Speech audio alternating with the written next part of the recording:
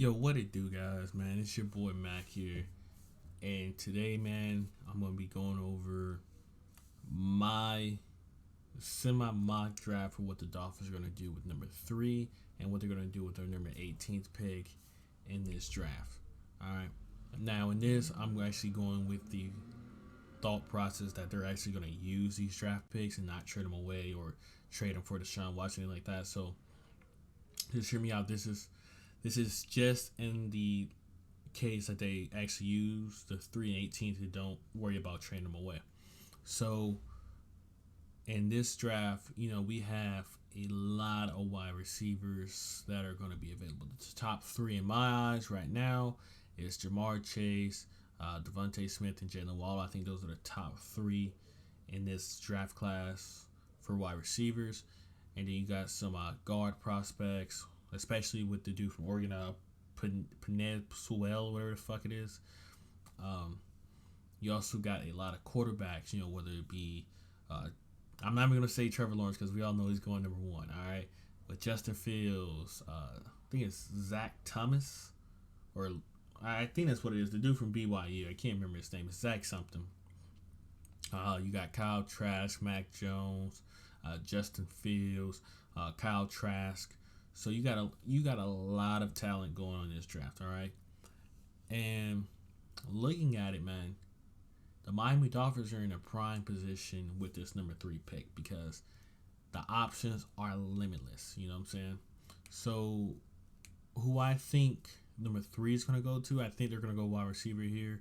And just hear me out. I know pick three is a very, very high pick to be getting to be a receiver. And I know it's no freaks out there, no Calvin Johnsons out there, no 6'5", 225 running a 4.3 or whatever the fuck out there, you know what I'm saying? I know there's no guys like that, which you want to really use that number number three pick with, but hear me out. I think personally my favorite, JaMarr Chase. I think he is the favorite. I think he is the lead runner into getting picked at number three by the Miami Dolphins. I think he brings a lot of things to the table. Speed, great hands. He's a dog. He goes for the ball. You know what I'm saying? I've rewatched that whole 2019 season when it was him, Joe Burrow, and Justin Jefferson, and just he had it. You know what I'm saying? He burnt a lot of receivers. He did have a little bit of trouble getting off the line. But you could see once he got past receivers, he was gone. They weren't catching him. In this upcoming combine, I full on expect him to be running 4.44 something. Whether it be 4.4 straight or 4.42, 4.45, or whatever the case may be. He's gonna be running a 4.4. He's 6'1", so he already has a pretty big height advantage over a lot of DBs in the NFL. I think, if I remember looking at the average correctly, a lot of DBs average around 5'11", 10-ish, something like that. Because I know Jair Alexander's not even that tall. I think he's like 5'10", maybe. But he's also, I want to say, 210 or 208. So he already has pretty much the size going for him to already be a pro-ready. I think he is the most pro-ready wide receiver in this group of top three, with DeVante Smith and Jalen Waddle. And what I mean by pro-ready, I don't mean like he's going to go into the league and he's going to do what Justin Jefferson did. You know what I'm saying? I don't think he's going to do that. I think he's going to have a great year. Justin Jefferson had a phenomenal rookie year. He really did. Is he going to go in and dominate like that? I don't know. That's a very special thing that Justin Jefferson did. Not a lot of receivers can say they've done that. In the past few years, to put up what Justin Jefferson did. I think the only person that can come off the top of my head is maybe Odell and I don't even know, man.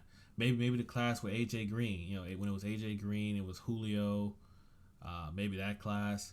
Those guys did phenomenal stuff their rookie years. I don't know if they put up what Justin Jefferson did, but it's like the last time I can remember, Ricky going in and dominating like he did. But With that being said, I do think JaMarr Chase is going to be the number 3 pick for the Dolphins. I just think he's going to bring that extra edge to the Dolphins room, and I think going into the season, I think it's going to be more of a JaMarr Chase. I'm sorry, DeVante Parker being the number 1. Preston Williams hopefully coming back fully healthy and ready to perform as the number 2, and then put JaMarr Chase inside that slot position, and then use Jakeem Grant as that little gadget player. You know, when you need a dude to run a slant across the middle, a drag, a goddamn fly route down the field, you know, you seen Jakeem Grant in for that. But moving on, you know, that's my number 3 prediction. Moving on to that number 18 spot. All right. Now this is we're gonna be an interesting place in the draft. All right. 18. I want to say the top quarterbacks off the board. Even though I don't think the Dolphins were drafting a quarterback. You gotta believe that Justin Fields, Trevor Lawrence, and I'm telling you, Zach Thomas is already off the board. So you're looking at the draft right now. You're looking, you know, Gregory Rousseau is already off the board at this point in time at 18. You know, so there's no generational type talent players still left, I want to say, and by that I mean like the top 10 to 15 prospects, the top ones are off the board. There was no like deviation really. So when you look at this pick, you're looking at your team needs, and I think it's too high to draft a linebacker, which is one of our bigger needs, especially a run stuffing linebacker. I think 18 is way too high. You can find a run stuffer anywhere in the draft. All right. So at 18, I'm saying you got to go running back, and I am split between 2. All right. There's 2 running backs, and people probably already know who I mean. It's Najee Harris and Travis Estienne. I'm split between the 2 because I think those 2 are phenomenal backs. I think Estienne has more of the burst. He has more quickness with his cuts. I think he's more of a, I don't want to say elusive back because he does have some power behind him, but he's more of that one cut, I'm gone, you know. And Najee's kind of the same way, but I put Najee more in that power back type of setting. I don't think he has the speed that Travis has. I think he's more of a, you know, bruiser, take bulk of the carries. He's gonna carry the ball, and to get his averages up, he needs more carries than I would say Travis needs. So I think he's gonna be holding a workload, and if he can maintain that workload going to the NFL, then, you know, he'll be successful. I still think he'll be successful. I don't think he's gonna be a Trent Richardson. So as long as Najee freaking speaking of Najee, I think I was watching a video the other day, and I was watching some of his best runs and stuff like that, and just some of his games. He does miss open holes. I have noticed this. He does miss open holes, but I mean, that's substantial because you can always teach your players. It's not like it's a natural feeling to find the open hole. You have to use your vision. So as long as he can continue to improve, because I think he's 22, 21, something like that. As long as he continues to improve his on the field vision and to find the open hole and just go through it, no hesitation, just go through it, I think he'll be a phenomenal back in the NFL. But if I would have to pick one right now, I think Najee brings a little bit more to your team as far as the Miami Dolphins, because I'm thinking about it likely. Myles Gaskin is going to be a starter next year. I'm seeing it in my head right now. Myles Gaskin is going to be a starter. Now, I like Myles Gaskin, but I don't think Myles Gaskin is going to last long in the NFL. And I know I sound like a hater when I say this. I really do like him. But he is a small back, and he runs hard. And usually when you're a smaller dude and you're running hard, eventually someone's gonna hit you hard to the point where you don't get right back up. And he did miss some time last year, I believe, in some knee injuries. So I do like Myles Gaskin. I think he is going to be the front runner going into the offseason. I think if you bring in Najee, you can have a nice 1-2 tandem. You know, bring Najee in on some of those, you know, hard, 31